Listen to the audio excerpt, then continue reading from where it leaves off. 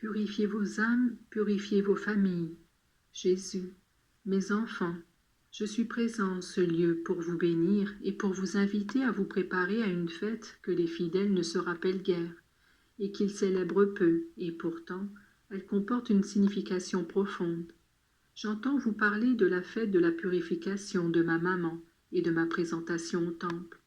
Il est vrai que ma douce mère, déjà très pure, par un don de grâce, par sa volonté propre et par celle de Dieu, n'avait nul besoin d'être purifiée.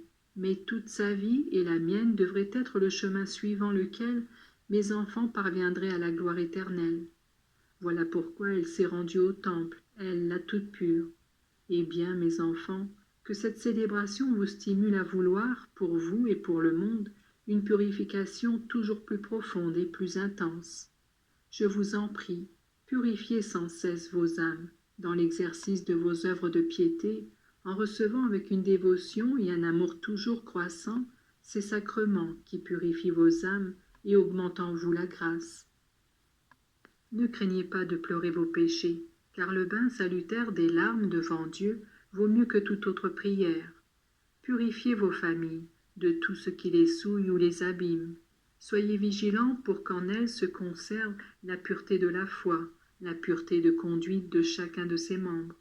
Que chacun vive constamment en conformité avec les lois inscrites aussi dans le cœur de l'homme.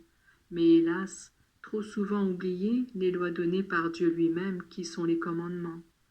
Et du monde, mes enfants, que puis-je vous dire du monde? Je ne vous dirai qu'une chose, gardez foi dans les principes que vous avez reçus de vos saints, de vos parents et de ceux qui luttèrent pour ces principes de foi et de morale.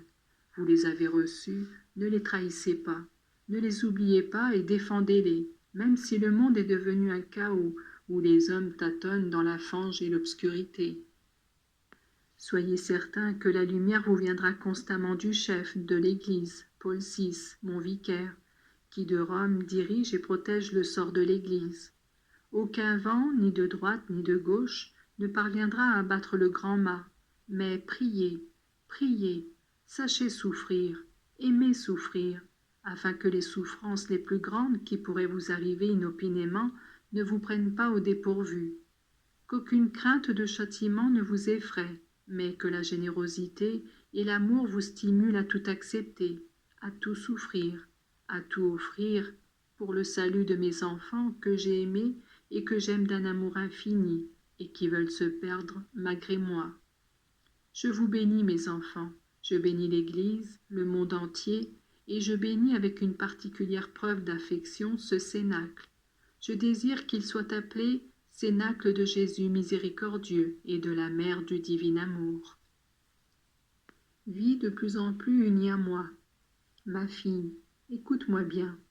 Vis de plus en plus unie à moi, dans ta pensée que sans cesse tu dois m'adresser, dans ton cœur que sans cesse tu me donnes, dans l'œuvre que tu accomplis pour la gloire de Dieu. Aime ma maman, ta bonne éducatrice.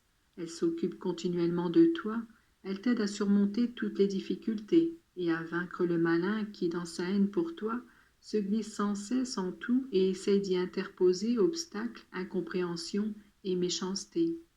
Demeure sereine et tranquille dans mon cœur, je suis avec toi et je t'aide. Prépare-toi à supporter toujours de nouvelles croix, car la croix est le signe des élus. Aucun saint n'a atteint la gloire sans combat et sans croix. Celui qui ne souffre pas en cette vie doit souffrir dans l'autre des peines bien plus grandes, en comparaison desquelles les peines de cette vie présente ne sont rien. Sème partout l'amour et la paix, la joie et la bonté, même si tu ne peux pas recueillir une récompense. À tout le monde, fais le bien en retour, même si tu en reçois le mal, car je le veux ainsi et je t'en ai donné l'exemple. Sois généreuse, bonne, désintéressée avec tout le monde. La vie éternelle vaut bien plus que toutes les choses de ce monde, et cela vaut la peine de tout perdre pour conquérir la vie future de gloire. Communion spirituelle. Carmela. Ô Jésus, je te crois présent dans le très saint sacrement de l'autel, avec ton corps, ton sang, ton âme et ta divinité, et en ce moment je désire ardemment te recevoir. Ne pouvant te recevoir sous les espèces du pain, Je t'invite cependant à venir en moi, comme tu y es déjà venu. Je t'aime et je te prie de prendre une entière possession de tout moi-même. Ô Jésus, pense en mon esprit, aime en mon cœur, opère et agis en mon corps. Je veux être ton instrument de bien au milieu du monde pour t'aider à réaliser ton règne d'amour. Jésus, ma fille, chaque fois que tu réciteras cette prière, je réaliserai ton désir en prenant ton corps pour demeure. Et non seulement je l'habiterai moi-même, comme Dieu et comme homme, mais mon Père et l'Esprit Saint viendront aussi en toi, ou plutôt c'est toi qui viendras en nous et qui établira avec nous un véritable pacte d'alliance. Aime-moi, ma fille, de tout ton cœur, de tout ton esprit et de tout ton toi-même. Aime-moi aussi pour la multitude d'âmes qui ne m'aiment pas et correspondent mal à mes grâces et à mes appels d'amour.